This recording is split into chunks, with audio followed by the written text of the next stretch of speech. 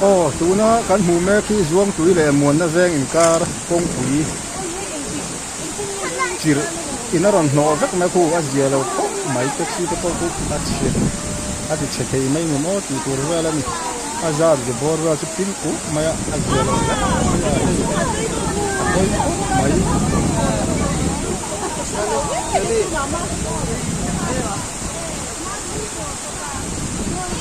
tu na hian hei kan huang hian ni te pon kal plan hei ti lo ki te pon khat yen vel kan a din hun a zia lo la mai a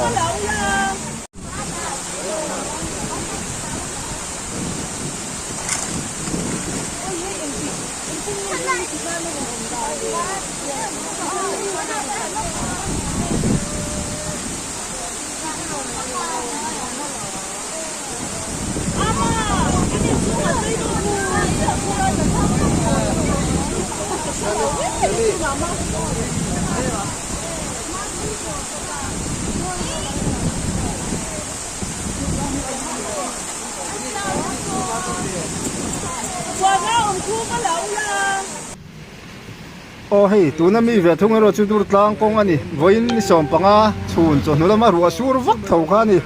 ara thang le mai khi a chaklam rang hen anon chuk tlang ngam to lo ta tang pon an chho tlang ngam to lo wa tiang chuan a an ding mur mai ni a hlom khop mai tu na hen aron tol me ka then then te a hlom hle mai thin na tun lai ruan sur ngik mai thin hi chu a hlom kong a ping vek mai le toy na hai that lo chuan an tlang thei ta la we a fia lo le man hoi ta kan hel ta kang o tun hi dar thum le chan ve minute ni na la ri lawa angai na am ta lo de ka chuan an dol na kharam no thavek ta khot do se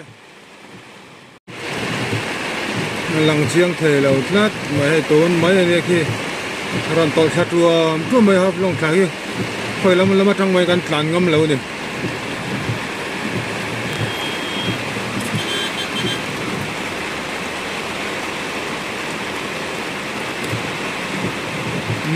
ping ta vek mai kong an tang tai a long kong a ping vek mai le toy na hai that lo chuan an tlang thei ta la we a fia lo le man hoi ta kan hel ta kang o tun hi dar thum le chan ve minute ni na la ri lawa angai na am ta lo de ka chuan an dol na kharam no thavek ta khot do se